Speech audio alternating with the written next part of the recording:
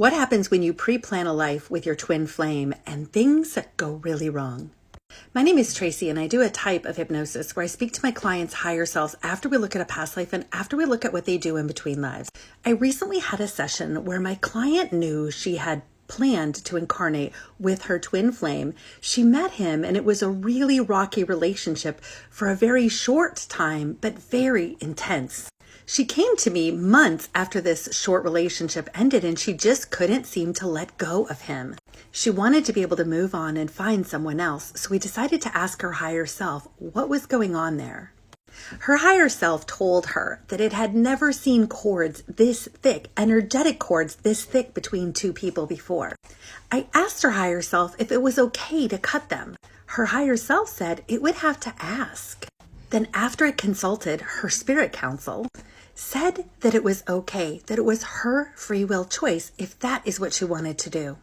And my client did indeed want to do that because she is on a spiritual journey and doing her healing work, and he is far, far from that. And she knew it would not work if he wouldn't get on the same page as her. And we also discovered that the chance of him coming around and doing his healing work and being an energetic match for her in her time frame was not likely. She wanted children and a family. Now, she also knew that the two of them had made a contract to have a little boy. However, this would also be impacting the soul of that boy if she did not have a relationship with this twin flame. Her higher self said it would have to call in help to cut that cord because it was so thick. So I said, who are you going to call in? And her higher self called in a team of angels to help cut the cord. Then there was a lengthy pause because her higher self gave her time to grieve. This was a very sad situation for her because they had planned this in great detail before coming to this incarnation.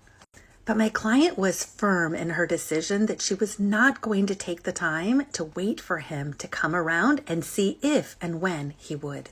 So this is an example of how we can make wonderful and great and amazing plans with any number of souls before we come to Earth, but it doesn't necessarily mean that all of them will happen, including with your twin flame or a soulmate. We can find ourselves getting bogged down by the trauma and the drama that life throws our way, and sometimes we don't get on the track that we had planned we would. So just because someone might be your twin flame, it doesn't always mean that it's for your best and highest good for your spiritual journey and enlightenment. And going to the Spirit Council and asking for permission to have contracts canceled is always an option.